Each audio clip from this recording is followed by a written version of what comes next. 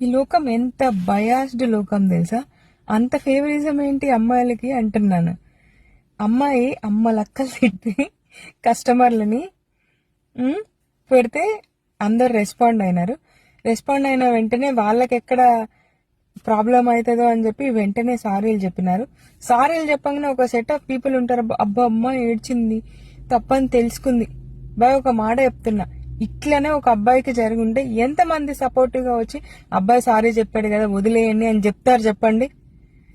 న్యాయం అందరికీ ఒకటేగా ఉండాలి అబ్బా, అమ్మాయిలకు ఒకలా అబ్బాయిలకు ఒకలా. ఏంటో ఈ జనరేషన్.